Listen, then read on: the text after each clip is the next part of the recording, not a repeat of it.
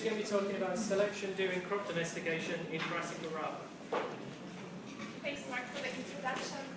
So today I'm going to talk about, as you already said, about brassica rubber diversification, including correlated evolution of the circadian clock and physiological traits. Crop selection during domestication and diversification may lead to dramatic morphological changes, and usually those changes are manifested as an increase in the allocation to the harvestable component. So here are a couple of dramatic examples with the pronounced evolution of inflorescence in maize during domestication from teosinte, and the second example on the right here is the wild versus cultivated tomato, which represents the event of the secondary diversification process, which is the improvement in size and flavor. So those morphological changes are predicted to affect the physiological traits as well, although the correlated evolution between gas exchange and related anatomical traits are not as well understood. The object of our study, brassica rubber crop types, show dramatic morphological differentiation as well, with the evolution of leafy vegetable crops, root vegetable crops with the enlarged below ground storage organs, and oilseed with the allocation to seeds. So those morphological differentiations should rely upon physiological differentiation as well, due to the changes in the allocation patterns, overall size, and sink strength as well. For instance, oilseed production is a very metabolically expensive process. That is, we hypothesize that together with those changes in sink strength, there should be the physiological evolution as well. So we have used multiple genotypes from those three groups to test for the possible physiological, morphological, and anatomical differentiation. The questions that we were interested in answering is crop morphological diversification correlated with the physiological evolution? Do crop types vary in the expression of ecophysiological traits and the circadian clock? So as I already pointed out, brassica rubber have this variety of morphotypes, and that provides us the unique model to study the expression of those ecophysiological traits.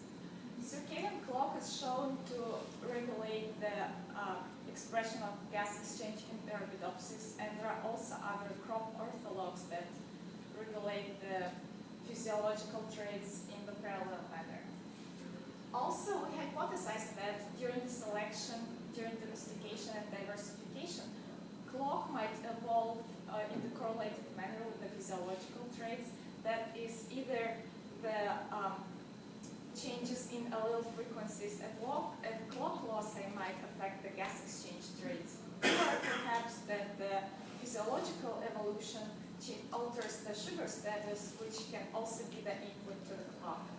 Our second question, are leaf morphological and anatomical traits associated with gas exchange differences among those crop types? We hypothesized that together with the physiological evolution, there are some underlying morphological and anatomical traits that might vary among those crops. And our third question, do the biochemical links to photosynthesis differ among crop types? There are different potential links to photosynthesis, and we were wondering to see if they're different among crop types as well. Here's our experimental design. We have used growth chamber with controlled photo period, humidity, and temperature to conduct the experiment. We used 48 genotypes to assay for circadian rhythms, and the subset of those were screened for gas exchange, morphology, and anatomical traits. Here's the list of the traits that we have measured. For the morphology, we assessed biomass and stomatal density. We have used Lycor 6400, which is the infrared gas analyzer, to measure photosynthetic rates, stomatal conductance, and also some CO2 curves. And for the anatomical traits, we performed the leaf cross-sections and estimated the number of palisade layers and epidermal thickness of the leaves. Using ANOVA, we found the statistically significant crop type effect on the circadian period. That is specifically the oil seed has the shortest circadian period, which is approximately 1 hour shorter than leaf crops and turnips and closer to 24 hours. Analysis of gas exchange traits also showed the significant crop type effect. The oilseed bought the highest in what parameters of model conductance and maximum net photosynthetic rates comparing to two other crop types. We observed the significant positive association between photosynthesis and stomatal conductance. So higher stomatal conductance rates provide higher CO2 supply, and that is associated with the higher photosynthetic rates. Specifically, higher CO2 supply in oilseeds, in green right here, enables their high photosynthesis. Circadian clock that is closer to 24 hours is hypothesized to be adaptive since it matches the natural environmental conditions. We did not see any significant correlations between raw values of gas exchange and period length, but the oilseeds that are closer to 24 hours are associated with the higher values of the residuals of stomatal conductance when we accounted for the feedbacks, photosynthetic feedbacks on stomatal behavior, that is stomatal opening and closure. And what it means that this result is also robust in the phylogenetically independent contrasts, and that means that it is this association is not due to the common ancestor, where the common ancestor had both short period and highest stomatal conductance rates. Rather, the shifts, the transitions of the nodes on phylogeny, where the shorter circadian period was evolving, is associated with the higher stomatal conductance rates. We also saw the significant associations with the period and photosynthesis and period and biomass. Given the results that we have found of this differentiation in gas exchange traits, I was very intrigued to see what are the anatomical and morphological traits that underlie this variation.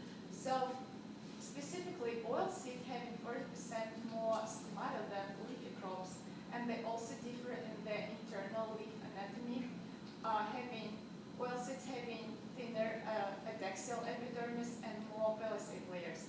Both of those mechanisms provide higher gas exchange rates. More stomata provides higher CO2 supply, more palisade layers provide more space for the chloroplast and light harvesting. Further, given again the results of the gas exchange that we found, we were interested in the potential limits to the potential biochemical limits on photosynthesis. If you are not familiar with the photosynthetic biochemistry, so those are the CO2 response curves. The slope of this line is the limit where CO2 limits photosynthesis, and the plateau is the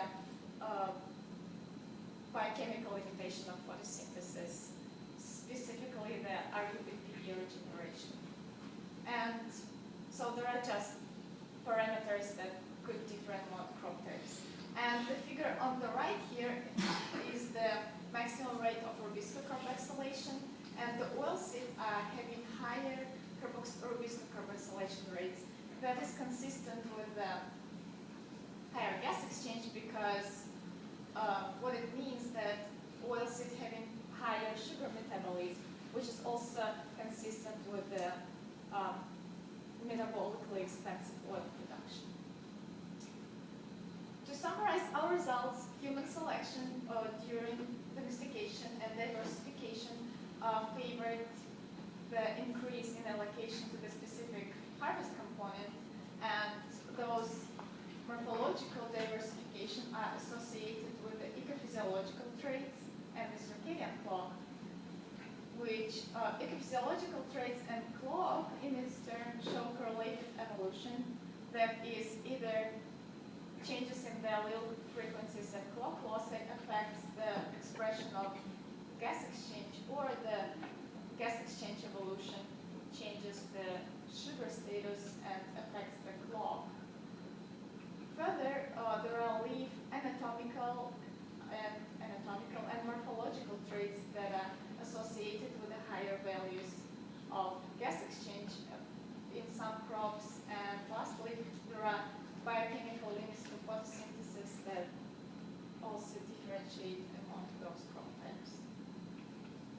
Our future directions are exploring the genetic architecture of those traits using F2 circadian progeny between two extremes, oilseed and cabbage, and also performing the time courses to evaluate the association between the clock and the circadian, between the clock and the physiological traits. I would like to thank my advisors in Taiwan and our collaborators, Brent Hewers and Rob McClellan Lab, and the travel support from the variety of sources. And thank you. With that, I have 3 minutes for questions.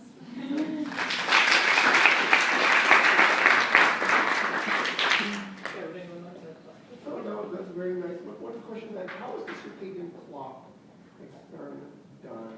What was measured, and was it a free-running experiment that was constant light or something like that? Yes, we have measured the leaf movements. So it's leaf movement is the circadian clock. Right. And constant light. Yeah, constant light.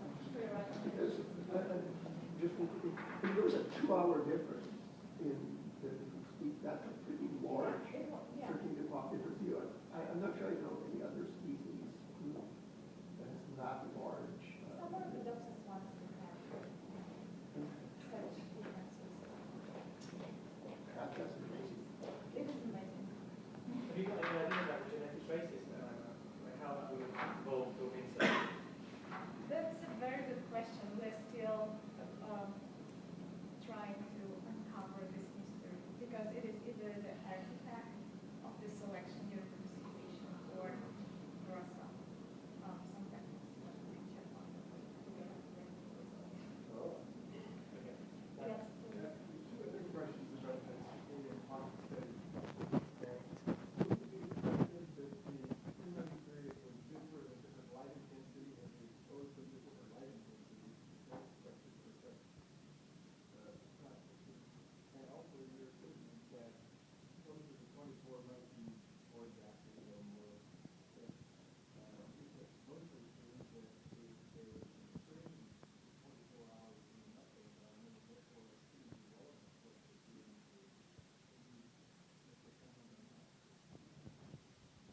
All right. So the first part, Sensitivity to light intensity.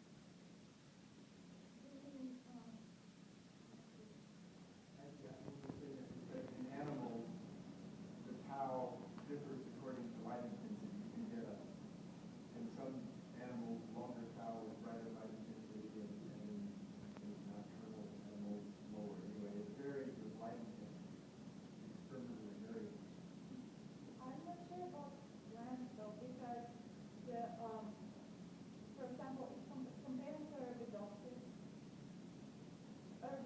is usually measured in the, like, our lab is studying Arabidopsis as well, and we have assessed circadian rhythm in the field, or like not in the field, in the greenhouse conditions, under natural light conditions, and in the growth chambers, and they're still showing the same patterns. I'm not sure about rice type, because since we measured the leaf movement, we were just doing it and could you remind me what the second slide? Should it be more adaptive to have a tau closer to 24? I'm not sure that. There are some studies, again, on the Arabidopsis and other crops like soybean and tomato, that the plants, for example, in mutants, that if you are closer to 24 hours, you are having higher ecophysiological, like the expression of photosynthesis, for example. It is adaptive. Although in some mutants, in Arabidopsis mutants, if you are having the matching environment, like if it is the short period for a long period mutants, they behave better in the matching conditions.